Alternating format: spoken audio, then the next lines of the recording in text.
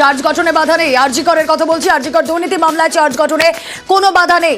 সন্দীপ সুমনের মামলা খারিজ বিচারপতি তীর্থঙ্কর ঘোষের, আর মামলা খারিজ বিচারপতি তীর্থঙ্কর ঘোষের। আগামীকাল আরজি কর দুর্নীতি মামলার চার্জ গঠন। কথা বলবো, আমাদের প্রতিনিধি অর্ণব হাজরা রয়েছেন সঙ্গে। অর্ণব,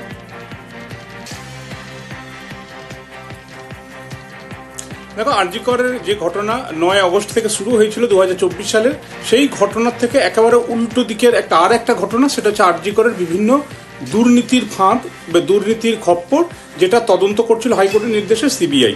এবং হাইকোর্টের খোঁচায়, হাইকোর্টের নজরদারিতে যে তদন্ত এগিয়েছিল তাতে চার্জশিট হয়েছিল, কিন্তু চার্জ ফ্রেম হচ্ছিল না। এবং রাজ্য সরকার সবুজ সংকেত দেওয়া, অর্থাৎ যেহেতু সরকারি আধিকারিক হিসেবে কাজ করেছিলেন এক্ষেত্রে সন্দীপ ঘোষ তৎকালীন প্রিন্সিপাল, রাজ্য সরকার তার বিরুদ্ধে বিচার প্রক্রিয়া এগিয়ে নিয়ে যাওয়ার সবুজ সংকেত দেওয়ার পরেও চার্জ ফ্রেম করা যাচ্ছিল না। এক্ষেত্রে একটা গাইডলাইন ছিল 28শে জানুয়ারি বিচারপতি তীর্থঙ্কর ঘোষের। সেই গাইডলাইনে 1 সপ্তাহ নয় আরও সময় দেওয়া হোক। 20,000 পাতার সিবিআইয়ের চার্জশিট, সেই নথি দেখে পড়ে প্রস্তুত হতে সময় লাগছে। কারা মামলা করলো? প্রথমে সন্দীপ ঘোষ, গত সপ্তাহতেই খারিজ হলো।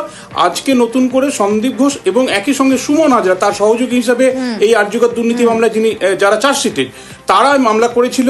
আজকে কার্যত এক প্রস্থ দিনভর নাটক হলো। সেই নাটকের শেষে প্রধান বিচারপতি অনুমতি সাপেক্ষে মামলা দায়ের করার অনুমতি পেলেন। এটা ঠিক, মামলা দায়ের হলো। 4:30 পর প্রায় 1 ঘন্টা শুনানি শেষে বিচারপতি তীর্থঙ্কর ঘোষ স্পষ্ট জানিয়ে দিলেন একটা রিট কোড, আর্টিকেল 226-এ যে কোর্ট ফাংশনিং করে, এক্ষেত্রে একটা বিচার প্রক্রিয়া চলছে, সেটা একটা যে বিচার প্রক্রিয়াটা ইন্ডিজিনাস, সেই বিচার প্রক্রিয়ার ওপর আর্টিকেল 226-এর কোর্ট সেটাকে হস্তক্ষেপ করতে পারে না, তার রেমেডি আলাদা। এবং এক্ষেত্রে পরিষ্কারভাবে আদালত বলে দিয়েছে যে 2 মাস পরে এক্ষেত্রে অ্যাপ্রুভাল দিয়েছে, চার্জ ফ্রেমে কোনো রকম গড়িমসি করা যাবে না। এবং সিবিআইকে এক্ষেত্রে ভৎসনার মুখেও পড়তে হয়েছে। কাজে এই সিস্টেমেটিক যে ডিলে, সেই ডিলেকে কাটিয়ে 1 সপ্তাহের মধ্যেই যে চার্জ ফ্রেম গঠনের প্রক্রিয়া সেটা শেষ করতে হবে, এবং সেই মর্মেই নির্দেশ দান করেন এবং 2টো মামলায় খারিজ করা হয়।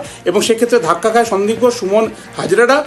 মনে করা হচ্ছে যে এই নির্দেশে, একক বেঞ্চের নির্দেশে তারা ক্ষুব্ধ। সম্ভবত কালকে প্রধান বিচারপতি ডিভিশন বেঞ্চে আবারও তারা যাবে, আরও একটা আইনি পথ তাদের জন্য খোলা রয়েছে, সেক্ষেত্রে আরও একটা লড়াই হয়তো